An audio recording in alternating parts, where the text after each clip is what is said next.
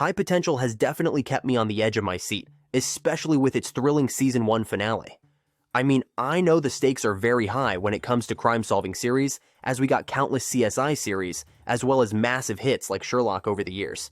And yet, here I am, still fascinated by a show like High Potential, which seems so simple in comparison to those other series that I mentioned, and yet still delivers all the expectations from a typical crime show.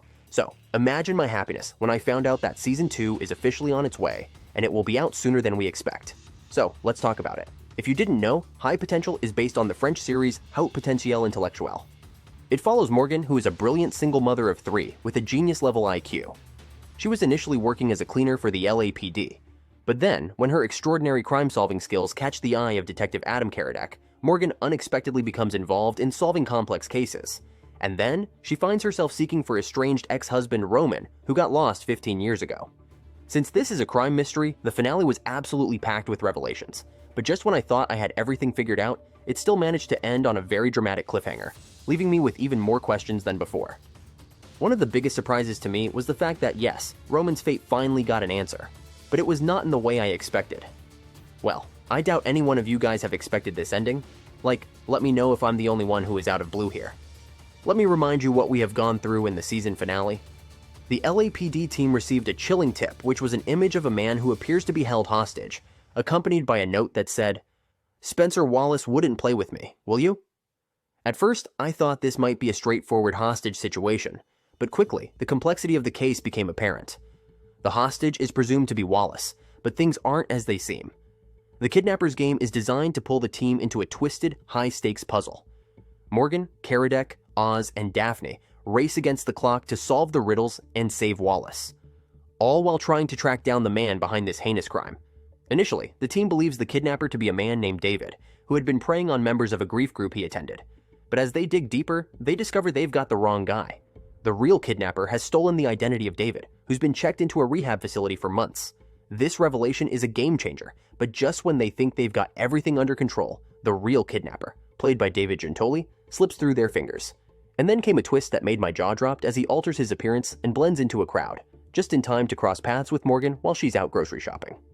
I don't know about you guys, but to me, the whole scene felt surreal.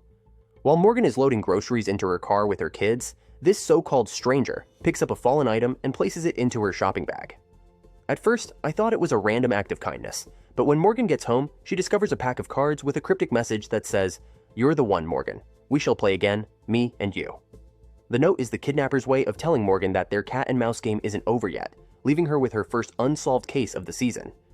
And as if that wasn't enough, the true identity of the kidnapper remains a mystery. Like, are you kidding me? How are you expecting me to wait until Season 2 drops? It's crazy. As if all of this wasn't enough, the season finale also touched on the unresolved mystery of Roman's disappearance, which has haunted the series since its very beginning. In the final moments, Morgan gets a call from Karadec with some shocking news. Roman is alive. After all this time, he's been found, and I'm left wondering how his return will affect Morgan's already complicated life. The moment is a game changer, and it's clear that the series isn't done exploring the mystery of Roman and his disappearance just yet. Now that High Potential has been renewed for a second season, I'm beyond excited to see how the cliffhangers will be resolved. Although there's no official release date for Season 2 yet, I'm hopeful that the upcoming episodes will pick up right where the finale left off. Showrunner Todd Harthan has already given us a glimpse into what's to come, promising that the answers to these lingering questions will be addressed in the next season. But he also teases that there will be even more twists and turns before we get full clarity on everything. He spoke to The Wrap recently and said, "I think one of the big mistakes that shows make is saying, 'Oh, let's put a pin in both those cliffhangers, and we'll get to them later.' You should probably satisfy one or the other, so the audience doesn't get pissed." Well, personally, I couldn't agree more. Nobody wants to be left hanging for too long, but Harthan also makes it clear that he's not going to just wrap everything up quickly. Season 2 will not only answer some of these big questions, but will also add more layers to the mystery. He said, "The promise in Season 2 is to answer some other big questions, but also deepen the mystery before we really unpack too much, or introduce somebody too soon." I'm definitely curious to see how he plans to keep the suspense building while still offering up some much-needed resolutions. I really trust his approach here. It sounds like there's a delicate balance between giving us answers and keeping the mystery alive, and the stakes are only going to get higher from here. Roman's return to the storyline promises to bring an even deeper dive into his character and his relationship with Morgan.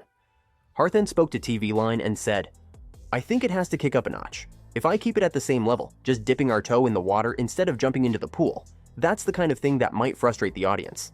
So I think we have to find meaningful upgrades and give them bigger bites of story, if you will, in Season 2. I love that this isn't going to be a slow burn, because I'm simply too excited for these two to come together as a couple already. In fact, I'm ready for those bigger bites of story, especially when it comes to Roman's arc. But let me know if you are a fan of this trajectory. Another potential storyline that has me intrigued is the return of Tom, who shared a dance with Morgan at the police gala. Although Harthan hasn't fully mapped out whether Tom will return in Season 2, he hasn't ruled out the possibility either. He said, "I love the guy, and I love the character. There's a lot of affection, and nobody did anything bad to each other. There's a lovely thing there, so who knows?"